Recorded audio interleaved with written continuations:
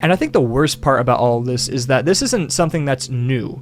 This happened, and it happened 4 years ago. And that just leaves the very, very unfortunate, reality that's probably out there, that there are probably other really, really big creators who have done stuff like this and just haven't been caught yet. Well, looks like what I said has come to pass. You can call me modern day, what's the name? You can call me modern day Nostradamus because my predictions have happened. Some of you might be saying that, oh, it's an easy prediction to make. Well, yeah, you didn't say it, I said it. I know what I am. I know who I is. So for those of you who are confused by my little spiel, I'm of course talking about something that I wish I didn't have to talk about, but we are here again because the internet is the internet and people suck. But really, this is just a very interesting situation just because how everything unfolded. And I'm of course talking about the Cody Ko situation. So for those of you who don't know, Cody Ko is a very, very well-known YouTuber. He's big on the scene. When people hear Cody Ko, they know who he is and what he do. So he's known. He's a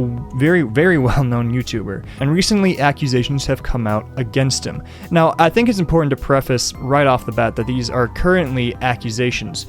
The thing is, though, is that these are accusations that have a fair bit of merit behind it. Well, I wouldn't consider it evidence, I would say that they warrant further investigation.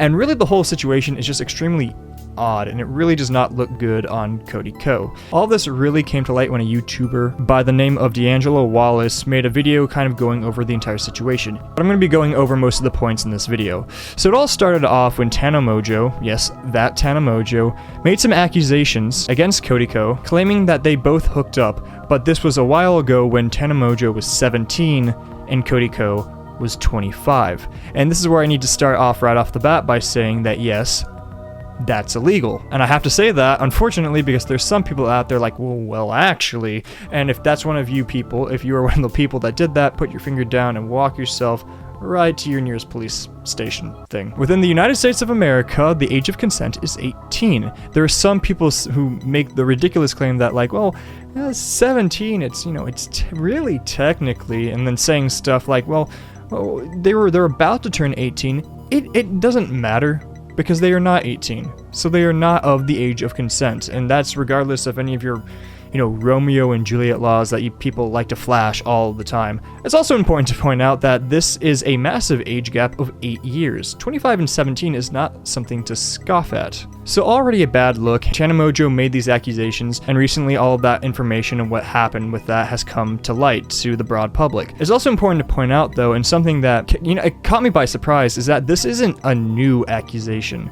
This is an accusation that's existed for a while now, and to give further credence that this thing may actually have happened, there is this very, very old clip of Gabby Hanna, who was, a part of that friend group in the past, mentioned that a creator hooked up with somebody else that was under the age of consent. She mentioned how she addressed the individual, saying that, you should know that that person is not 18, and then Cody Ko acknowledged that and then went and hooked up with her anyways.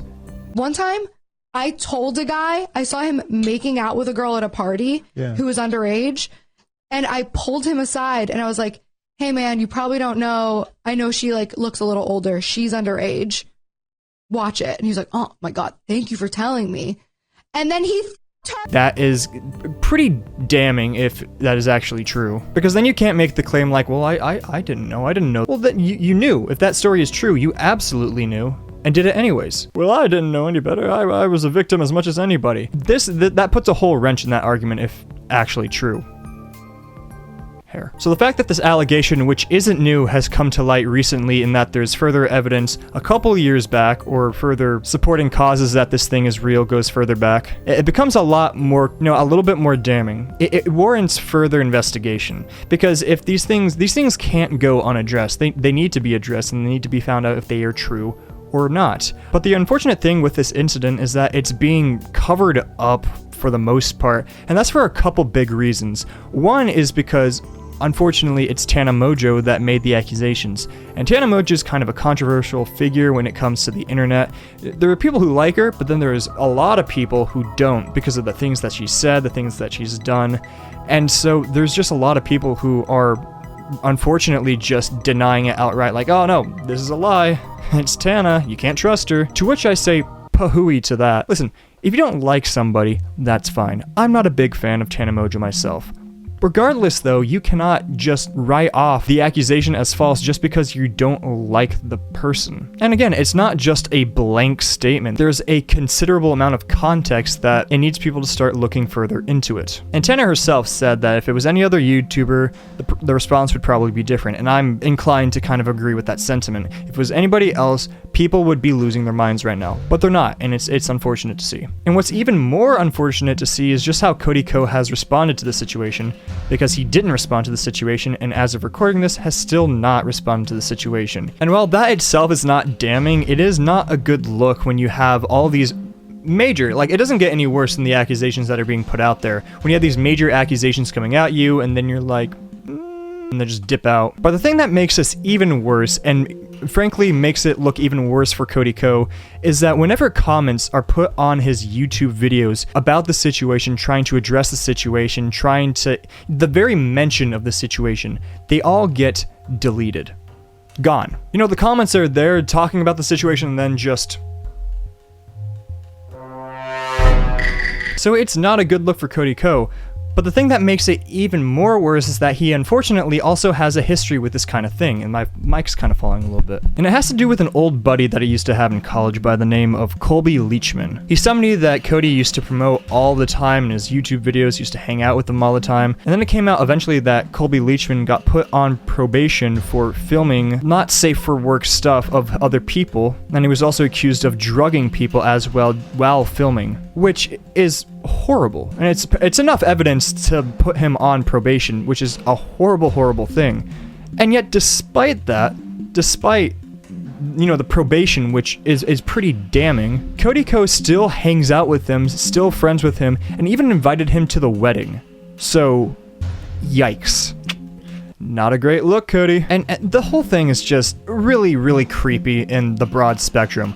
And, you know, if Cody eventually does a response on anything, I'll mention it. So far, he hasn't. But I think the more that he doesn't respond, the worse it just looks for him. Because the more that you continue to just put it off as, you know, it's not real, I'm not going to address it, eventually it will go away. That's not true. And again, while these are still just accusations, they are accusations that hold a little bit more merit than just broad statements. What's really creepy about the entire situation is just how long it was kind of put under the rug. Because not only was it being deleted off of YouTube comments when people tried to bring it up, but also on like Reddit, people tried to mention it on Reddit, those posts would go missing. And really it's because of that reason that a lot of commentary channels, like really, really big commentary channels, haven't really been able to address the entire thing, because usually if it has enough, you know, substance, it will stay on social media for a while, and then it starts to pick up steam. People get notice of it, they start to investigate it further, and then commentary people usually start to talk about it.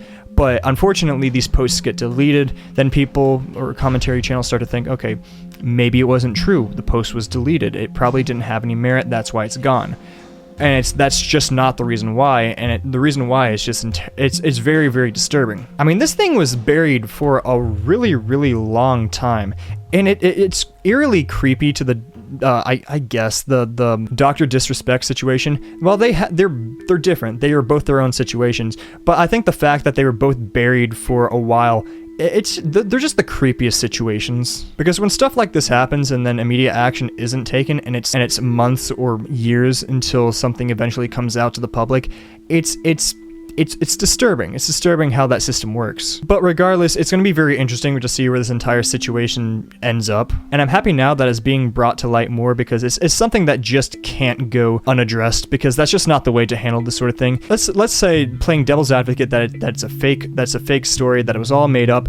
Eventually that will come out, and then it's a bad look. But if it's real, it needs to come out, because it's just it's just a disturbing situation. And as this thing picks up, I'm sure that everything will be coming to light a lot more quicker, and I think within this week or next week, everything will kind of be laid out on the table.